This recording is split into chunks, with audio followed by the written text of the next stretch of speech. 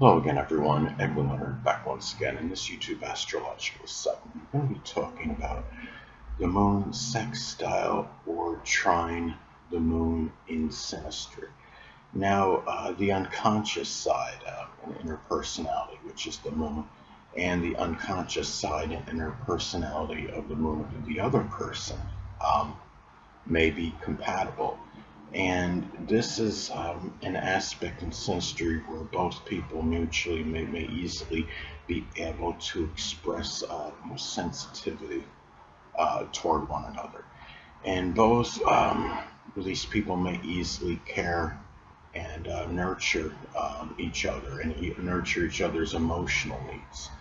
Um, if one of the people have the say the moon in Sagittarius, the emotional needs can be connected with sports, the outdoors, camping, foreign travel.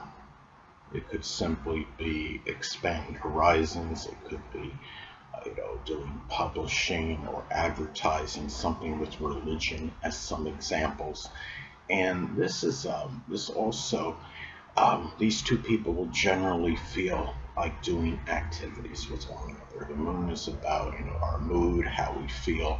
So this is a good aspect for the two people being able to do activities together and not worrying about the other calling out or saying, oh, I don't feel like it and this and that. So that's where this aspect can be very auspicious. Now, another thing too is that one person may easily listen to the others. Remember, the moon is receptive, and there might be these two people may enjoy reminiscing about things from the past with one another. If one of these people has the moon in Aquarius, and those things these people may reminisce about sometimes could be connected to computers, astrology, astronomy, aviation, could be model rockets, things that were innovative, just unusual, general experiences. And another thing about this aspect as well, this could be a very auspicious situation if these two people are, are family members or roommates or living in the same home together. Remember, the moon is connected with family, and it's associated with the home as well. So this is where they can have a very good, home related, situation. And another thing too is that both these people may feel very comfortable around one another, and one may easily express, easily respond to the other when needed. Generally, because remember that the moon is about reactions and responses. So when you have this synastry aspect, this is something where you generally can get the responses relatively quick with each other, not really worry so much about, well, this person is not going to answer me or what have you. But another thing is that too, one person may provide security and safety to the other, or they both may mutually provide that to the other at some point in time, and be able to do so with little difficulty. Not having delays or some diversions or distractions or what have you. And another thing too is that one person's family may play an integral role in the connection, in the relationship between person A and person B, and both may come from comparable or similar family backgrounds. The thing is that both these people can readily they can be beneficial to each other's their public life.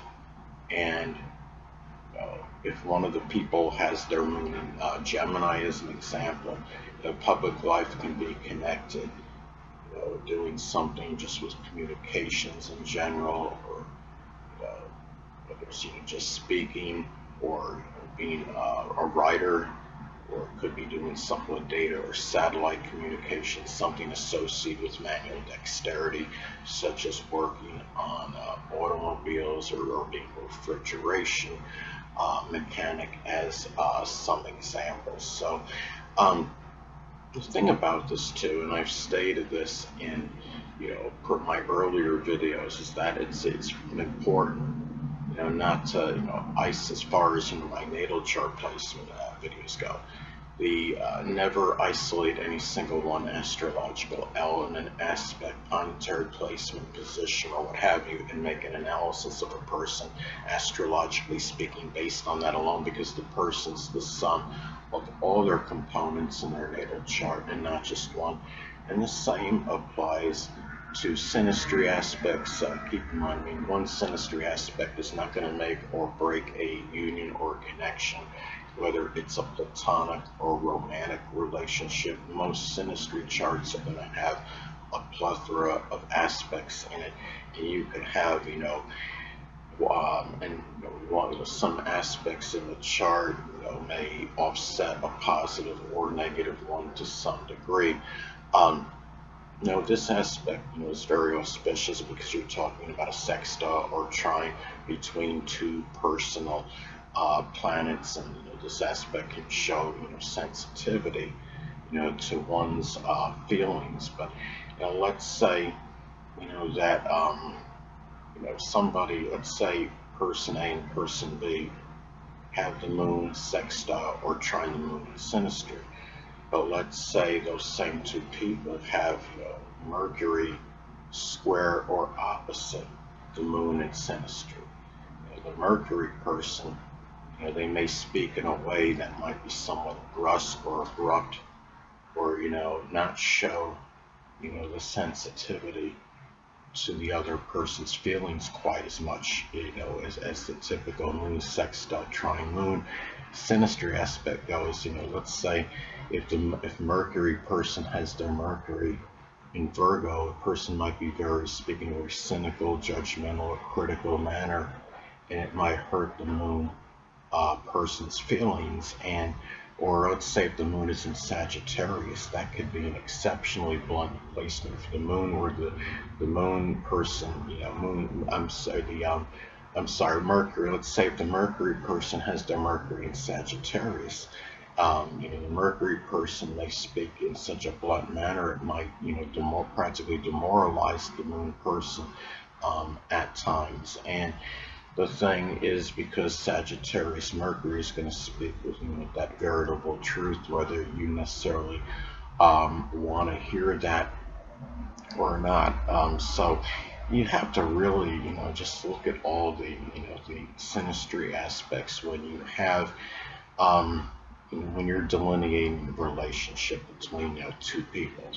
Now, another thing about this synastry aspect as well is that the person's because the moon is connected with family, and that the person's one person's family in general may feel at home and compatible with that other moon person's, that unconscious side, that more inner personality. And the thing about this is, it's just as far as, again, the sensitivity and the feelings, by itself, this is a good aspect for that. Though most people may take special care, not to hurt the other person's feelings. You might have one person that might actually want to have a need to take care of the other person's home if the other person has. One person is not, capable of taking care of their home due to some, debilitating illness or what have you. The other person may be there for that person. Anyway, people, that'll conclude this YouTube astrological segment. Until next time, Edwin Learnard saying, stay well.